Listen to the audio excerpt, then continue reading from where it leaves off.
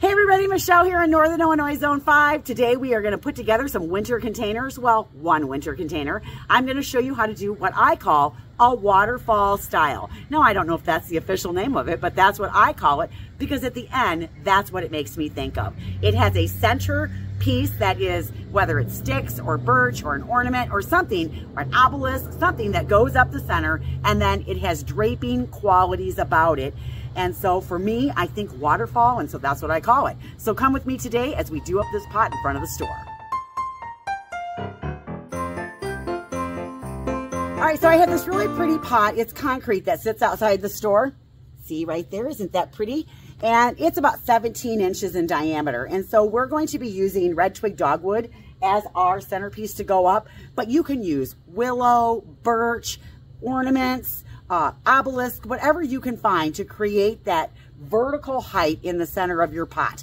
And so I like to use the dogwood that I cut from my back field because unlike dogwood that, like, I don't know where you live, but where we live, when you go buy it like from a box store or you bring it in, you get like the single stems, and I like it when it's branchy.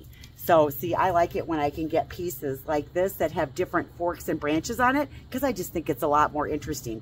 So we're going to use the pieces that I foraged from the back. There are a couple greens that I'm going to use today that are called Southern greens, and I am going to have to use a product called Wilt Stop, spray it on there to help hold all the moisture in the leaves so that they will last all winter. I actually tried this pot last year to make sure that it was going to work and these greens were going to hold up, and they did really, really well. And in fact, I was pulling this pot,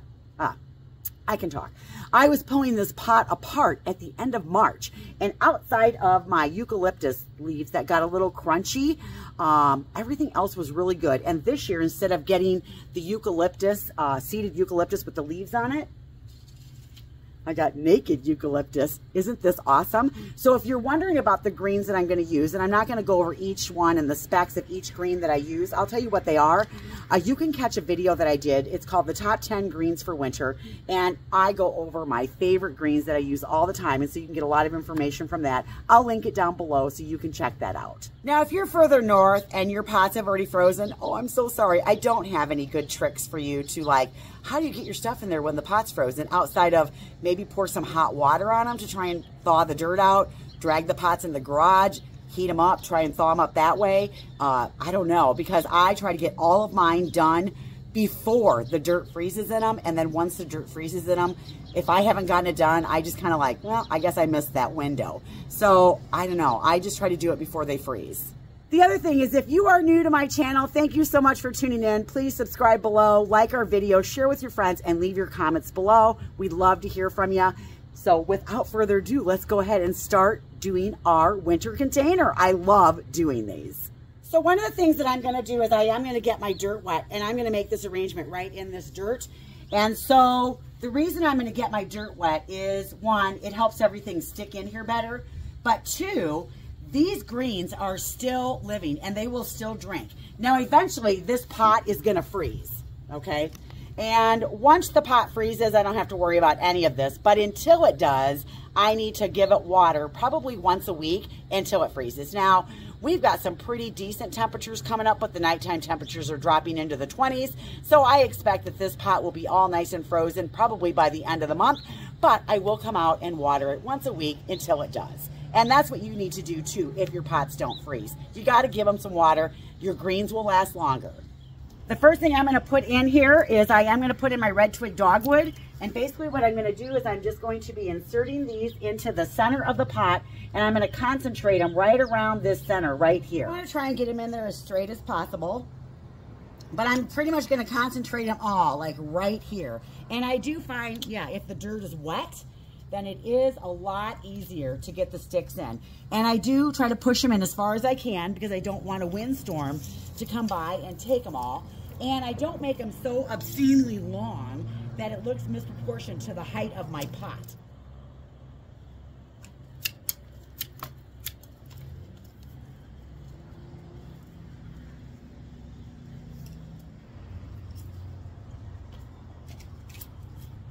Okay, once I get a nice concentration of red twig dogwood or whatever you're going to use in the middle, then I'm going to start doing my edges. I'm going to work around the outside edge, and then I'm going to work my way in. I'm going to kind of do layers. So the first green that I'm going to use is I am going to use a, where'd it go? Here it is. I'm going to use a Western Red cedar. It's got kind of a drapey quality to it. It's a little bit shorter, and I'm going to be putting it along the outside edges all the way around, and then I'll add my next layer after I get this one in.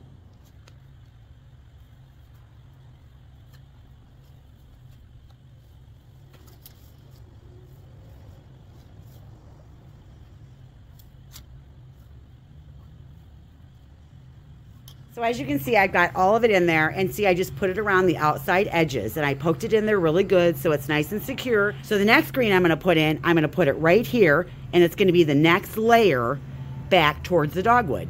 So this is a spruce that I went and foraged from the back, and it's got a nice short or longer needle, but it's got kind of a drapey quality to it. So I'm going to break this down, and then I'm going to put this in next as my next layer. And so what I want to do is, see, I just come through and I just cut all these branches off like this, because I don't want to put a great big branch in there. I want more control over where all of it's going to go. See, and then I end up with just that little bitty bit, that scrap, and I'll cut enough to go all the way around the whole entire pot.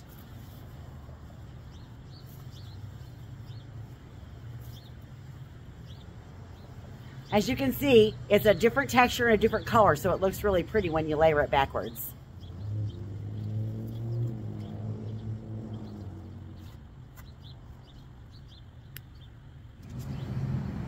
Okay, there you go. There's your next layer. And as you can see, there's still room there to put the next layer. Okay, isn't that nice? Just the different textures there. And it's like a blue and a green together. So it's really pretty. The next green I'm going to put in is a Southern Magnolia. And again, it's just going to be the next layer in. I'm going to make a ring all the way around. And I'm going to break it down. If the stems are too long, I'll just break it in half. And so what I'll do is I'll go in and I'll cut right above a leaf right here, so that way I still have a stem here, and then the leaf is the top of the next one. So just so you can see what I mean by that, I'm going to go in here and see how I'm right above a leaf, and I'm going to cut it. See, and now I've got this as two stems. 1, 2. And again, I'm just going to insert it in here all the way around.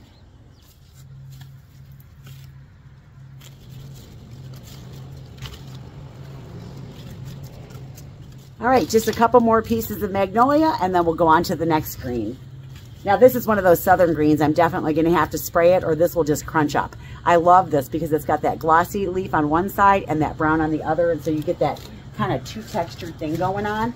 So I love that that's in the middle. All right, the next one that we're going to put in is our seeded eucalyptus. We are going to break down the stems so they're smaller, and we're actually going to insert it kind of in between the layer of greens and the magnolia. So it's going to go right here, and we're going to go all the way around the pot. Again, so every time I do this, I'm kind of going around the pot. Here's a nice branch of seeded eucalyptus. I'm just going to come in, and I'm just going to cut all of these stems, and I'm going to try and get them as long as I can, again, so that I can insert them in as far into the pot as I can. I'm just left with this little stem. So I don't want to stick that big bunch in there like that, or even a bunch this size. I might even break this one down smaller because I don't want it to look like it's globbed in there. So I want to make sure that I spread it all the way around so it spreads out and it's pretty. So I'm going to lift my magnolia up, see, and I'm going to put it right in there. And I'm going to put it in between the greens and the magnolia. Go all the way around. And if you get little bitty baby pieces, you could always put 2 pieces together too and put the 2 stems in the same spot. You can see, let's back it up a little bit. You can see the different layers. You've got this beautiful cedar, and then you've got the spruce in here, the seeded eucalyptus, and as you can see, the center's starting to fill in. But see, I can look in there and still see dirt. So one of the things that I want to do is I'm going to add a few more greens in here. I'm going to use a Carolina sapphire, and I'm going to use a boxwood, and it's going to be a variegated boxwood, and it's going to be Oregonia. These are more upright greens, and so I'm going to put them right here in the dogwood. That's where I'm going to put the Oregonia, and then I'm going to take the sapphire and kind of work it a little bit into the magnolia itself just to give it some more texture. So here's my piece of Carolina sapphire. It's pretty long, so I am going to make it shorter because I don't want it to be misproportioned. So I kind of want these little bushy pieces like this. So I'm going to take 2 stems, and I'm going to take them, and I'm going to look for spots like in between the magnolia in here and I'm going to insert those in there. So this has got a shorter needle, and it also has like that blue-gray cast to it. Now when you're trimming, don't trim off your pretty stems, only trim from the bottom. That way you can make it shorter that way. Or if you've got a stem that's coming out like this, don't cut the tip, just cut the stem off itself and then trim the bottom to make it shorter, and then you can put it back in together like this. And then you don't have this weird one coming out. So when I did this one, because I only had like 4 pieces or 4 sections, I kind of looked at it and I went 12 or 6, 3, 12, 9. And I tried to put them in that way. And again, see, I don't want to hide my beautiful eucalyptus. So I kind of just went in here, see, like that. So it gave it a little bit of vertical in the middle. That's a little bit different. There you go. And so I just put it in like that. And then I'm going to put my Oregonia right here in the center. And so let me grab some of that. This is Oregonia here. Isn't it gorgeous? It's very upright. It's very pretty. And I'm going to give it a nice fresh cut at the bottom. And I actually like this piece just the way it is. Well, yep, I like it just the way it is. And so what I'm going to do is I'm going to move some of my red twig, and I'm going to insert it right down there in the middle. And I might put 2 pieces in there so I have it nice and full. And again, I'm going to trim this one down as well. Go to the other side and get it in there. And then I just kind of stand back and look at it and go, do I need more, or is this good? Because sometimes more isn't better. Sometimes more just takes away from what you've already done. And what you're doing with other greens like this, when you're only using a few pieces, they're to complement and accent, not take over. I did decide that I needed a little bit more right here in the front. So I am putting another piece in here right there. All right, and then if I come over to the back side, because this is a pot that you're going to see from all directions, I am going to put a little piece in the back too. So I ended up using 4 pieces right in the center.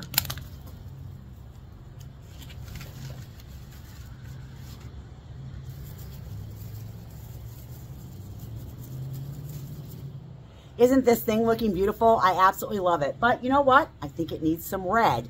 Now, if you have real berries, go for it. Or even rose hips, that would look pretty in here too. I don't have either of those. So I am going to use an artificial berry. Now, when I use artificial berries up here in the north, I buy the ones that are the hard plastic. It's not a foam. So you know it's foam when you can pinch it. And what happens here, if it's exposed to a lot of cold, they burst, and then you start to see the white foam underneath. I'll pay a little bit more and get one of these nice plastic ones here. And then I always make sure I open it up so that I get, you know, the most coverage out of it. And again, I'm going to put this in here, and I'm going to put it in low. And I like the plastic ones because these will last for years and years and years. And maybe I paid a couple dollars more for it, but it will be worth it when I can pull this out at the end of the season, store it, and use it again for years to come.